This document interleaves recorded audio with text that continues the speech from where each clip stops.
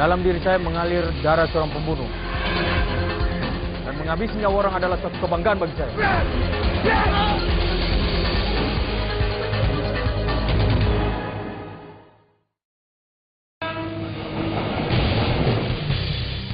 Seorang preman berhati bengis menuntut darah musuh-musuhnya dengan menggunakan benda maksiat pembawa bencana. Samurai saya sudah banyak korbankan jiwa dan banyak darah tertumpah dengan samurai saya. Samurai dengan pedang itu saya asat tiap hari supaya siap siaga. Setiap waktu kalau ada serangan saya tinggal menggunakan. Dengan balutan jubah panjang berwarna putih, Niko bak seorang panglima bertangan besi tanpa perasaan, seolah ingin menunjukkan kehebatannya. Jadi saya pakai jubah putih itu sebetulnya untuk melindungi samurai sekarang. Tapi karena sering dilihat pakai jubah putih itu akhirnya, nah itu panglima. Saya bangga dengan sebutan itu. Karena merasa bahwa panglima ini kan gelar yang diberikan kepada seseorang yang punya nama besar. Ya, tapi itu panglima dalam dunia persilatan itu. Sosoknya sebagai penguasa di salah satu kawasan Jakarta Pusat begitu sangat disegani dan ditakuti, baik oleh kawan maupun lawan. Ada yang salah sedikit, saya bisa pukul. Ada yang pelototin saya sedikit, atau ada orang yang lihat-lihat saya datang dan saya pukul. Semua orang takut pada saya. Dan saya menganggap bahwa saya adalah orang yang terhebat. Sehari-hari, Niko dan anak buahnya harus siap bertikai demi mempertahankan lahannya dari invasi geng lain. Mereka datang dan mereka coba mengusir kami dari lokasi. Lalu, ya, namanya piring nasi kami harus pertahankan piring nasi ini supaya jangan pecah. Kalau piring nasi dipecah, kami mau makan di mana? Kan gitu. Akhirnya ribut. Aksi bentrok tak terelakkan lagi. Bagi Niko, mempertahankan sepiring nasi itu jauh lebih penting. Jadi ketika perang, kebanyakan ada korban jiwa. Bisa di tangan saya, tiba-tiba tangan saya ada, begitu dia udah jatuh, ada yang datang hantam. Bisa juga di tangan orang lain, begitu sudah jatuh, tapi kita masih karena geram, kesal, dia jatuh udah lampiaskan di semuanya di situ. Kemenangan itu membuahkan kesombongan yang semakin menjadi-jadi dalam diri Niko. Jadi mau buat apa-apa itu bebas gitu. Sebagai penguasa di Tanah Abang, kami mau lakukan apa aja. Demi mempertahankan wilayahnya dari incaran geng lain, perang antar geng kembali meletus. Kali ini Niko dan anak buahnya harus berjuang sampai titik darah penghabisan.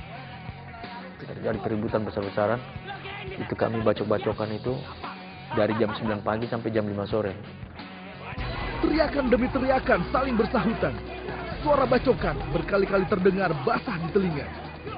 Suasana tegang semakin mencekam, menyelimuti daerah tersebut. Akibat ribut itu akhirnya kantor camat Tanah Abang dibakar. Nah, waktu itu yang pimpin keributan itu saya. Niko dan anak buahnya kemudian ditahan. Setelah diproses beberapa lama, Niko pun dikeluarkan dari penjara. Beberapa waktu kemudian, sang panglima pun harus berhadapan kembali dengan aparat.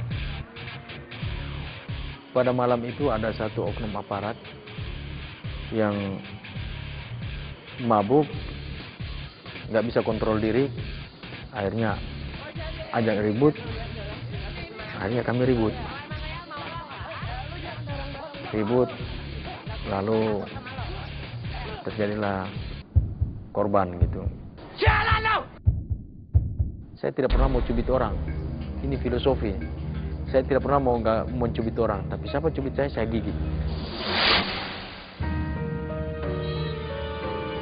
Papa saya ini karena pegulat dan dia hobinya berantem.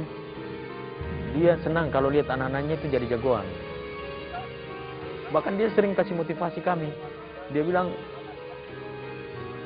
Niko, juga terhadap kakak saya yang lain, kalau kamu mencuri atau kamu pakai narkoba atau kamu perkosa orang, masuk penjara papa tidak akan bela.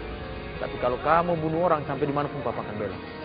Ketika saya dipukul berdarah, saya tahan nangis. Walaupun pengen nangis gitu, tapi harus tahan nangis. Karena kalau nangis nggak dikasih jajan.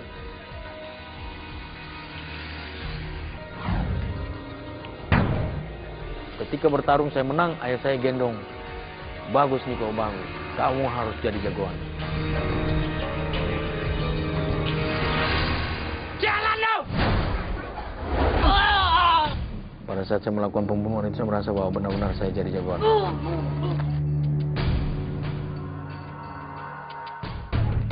Seorang preman sadis, bertabiat setan, selalu membantai musuh-musuhnya bagai binatang buruan. Bahkan nyawa seorang anggota oknum polisi pun tak luput dari aksi brutalnya. Pada saat saya melakukan pembunuhan itu saya merasa bahwa benar-benar saya jadi jagoan. Tidak terima dengan tindakan Niko, oknum aparat ini pun mendatangi Niko dan siap menghabisi nyawanya. Saya dikeroyok pada saat itu. Dikeroyok dengan senjata apa segala macam itu. Saya udah siap mau hantam tapi saya takut. Takut dalam arti kalau saya pukul ada yang jatuh, bisa peluru lari semua ke badan saya. Waktu itu pikiran saya, ya saya hanya berusaha supaya saya bisa lolos dari keroyokan mereka. Sehingga saya cuma mundur-mundur aja waktu dikeroyok, saya tangkis, saya mundur-mundur sambil mundur. Ya sampai akhirnya saya jatuh.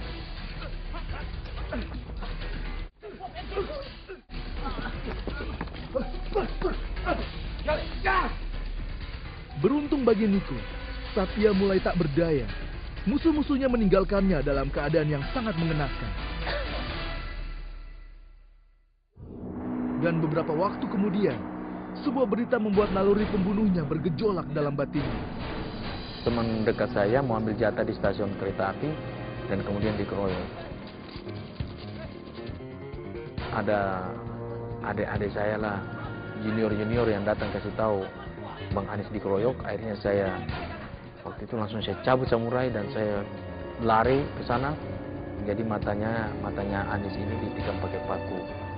Lalu kemudian kepalanya dibalok, badannya dibacok gitu, dibacok kaki, dari kaki sampai ke seluruh badan.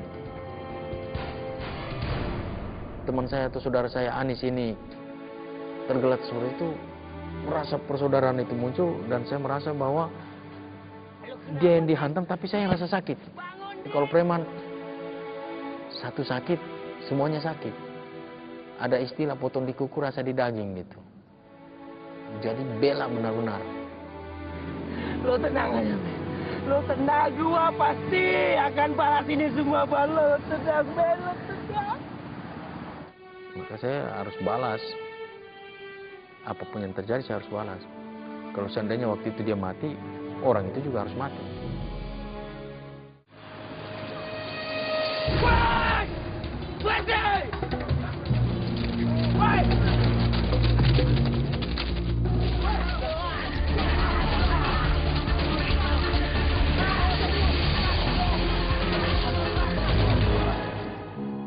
Kami bakar rumah-rumah dan kemudian motor-motor ada motor di Tanah Abang juga yang kami bakar. Dendam kesumat yang berurat akar dalam dada Niko semakin memuncak saat pimpinan geng lain itu kabur entah kemana. Namun beberapa hari kemudian, sebuah peristiwa sadis pun terjadi. Orang yang pimpin pengeroyokan itu juga akhirnya kami ketemu dan akhirnya matanya juga dihajar, dikasih buta dua-duanya.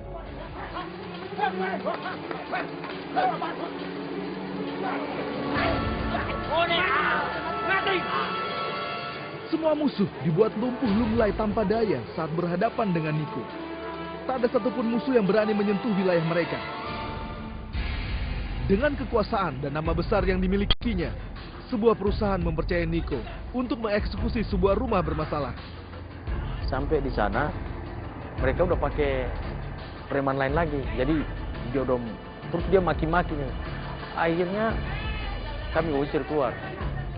Pokoknya saya perang, saya harus dapat uang. Itu aja pikirannya. Kalau saya nggak dapat, saya kalah kan, saya sudah dibayar. Dan kemudian saya kalah, kepercayaan orang terhadap saya itu hilang. Dan yang saya pikirkan itu saya harus menang. Karena nanti kalau ini orang udah nggak percaya lagi sama saya, dia udah nggak mau kasih kerjaan lagi. Gitu. Bacok-bacokan di situ sampai Ya, semua yang ada dalam rumah itu lari semua, termasuk preman-preman yang mereka pakai. Akhirnya kami eksekusi rumah itu. Setelah berhasil mengeksekusi rumah tersebut, Niko dan anak buahnya mulai dipercaya baik oleh pengusaha-pengusaha atau orang-orang penting untuk membantu menyelesaikan masalah mereka. Saya dapat uang dengan mudah dan gampang. Uang itu adalah raja di atas segala raja. Sehingga mau apa saja bisa, termasuk wanita, sangat mudah didapat. Saya nggak tahu berapa banyak wanita yang sudah berhubungan dengan saya. Sistem saya ya seperti itu. Sistem nasi bungkus aja. Habis pakai, buang. Harta dan tahta begitu mudah Niko dapatkan. Tapi tidak puas sampai di situ, Niko juga menggilai narkoba. Pada saat itu memang happy. Tapi setelah minum, pakai obat, begitu sudah reaksi obat-obatan sudah hilang, pikiran susah lagi. Kapan saya bisa menikmati hidup yang tenang, yang baik, yang aman, hidup dengan keluarga, anak, istri, yang damai lah. Kenapa saya lakukan semuanya itu? Jawabannya cuma sederhana. Sebetulnya saya ingin cari yang namanya damai sejahtera itu. Saya ingin cari yang namanya kasih sayang itu. Sebetulnya saya ingin mau keluar dari lingkaran setan ini, tapi nggak bisa. Kayaknya berat sekali.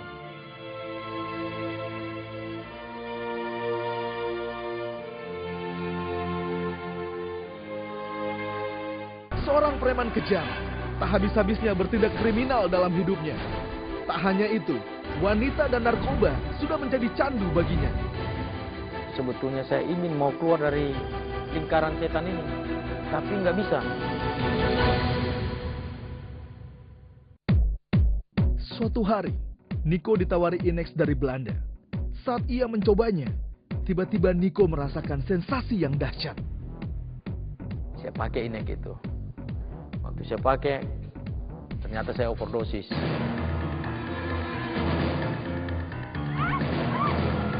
Darah keluar dari hidung, mulut, dan telinga. Dalam perjalanan, dingin sudah naik dari kaki saya perlahan-lahan sampai udah di leher saya. Sehingga waktu dingin udah sampai di leher saya. Itu saya cuma ingat satu lagu sekolah minggu. Yesus, Yesus, dokterku yang baik. Dokter dunia tak sama dia. Sama dia, saya sakit, dia sembuhkan. Padahal saya nggak pernah ingat lagu itu. Udah lama sekali saya nggak pernah nyanyiin lagu itu. Tapi tiba-tiba saya bisa ingat dan saya nyanyi lagu itu. Waktu saya nyanyi lagu itu, ada satu suster, dia dengar kata Yesus. Karena saya nyanyi itu dalam keadaan sudah tidak sadar, antara sadar dan tidak sadar. Lidah saya juga udah pendek, udah pelong. Sehingga kata-kata saya juga nggak jelas. Saya bilang, suster tolong doakan saya. Karena sebentar lagi saya akan mati. Kenapa saya bilang saya akan mati? Karena saya tahu dosa apa yang saya lakukan.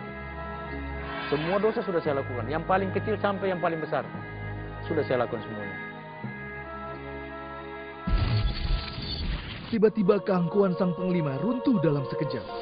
Keegoannya takluk pada sentuhan sang pencipta. Darah orang yang tertumpah segala macam. Itu kelihatan seperti film. Lalu saya begitu ketakutan. Saya pikir inilah kematian buat saya. Pada saat itu maut itu datang, saya sangat menyesal untuk setiap perbuatan-perbuatan saya yang sudah lakukan, dosa-dosa yang sudah saya lakukan. Dan setelah itu saya rasa gelap, saya pikir udah neraka nih pasti. Waktu dokter katakan bahwa sebentar lagi, saya dengar suara dokter itu jauh sekali.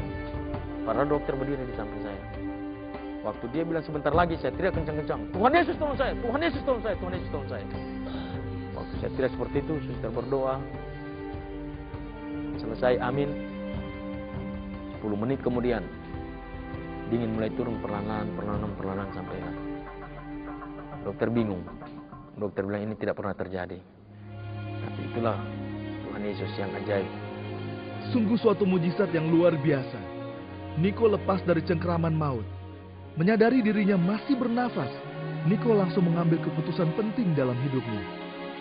Di tahun 98 akhir, saya bilang, Tuhan, saya berjanji mulai saat ini, dari ujung kaki sampai ujung rambutku, aku serahkan untuk kemuliaan bagi nama-Mu.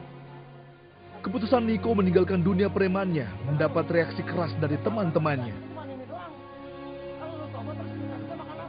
Reaksi anak buah saya ketika saya bertobat bersama dengan pemimpin saya, mereka menganggap saya sebagai seorang pengkhianat. Banyak orang yang membenci saya, tapi saya tidak peduli. Karena saya berpikir bahwa lebih baik saya menyenangkan hati Tuhan daripada menyenangkan hati manusia.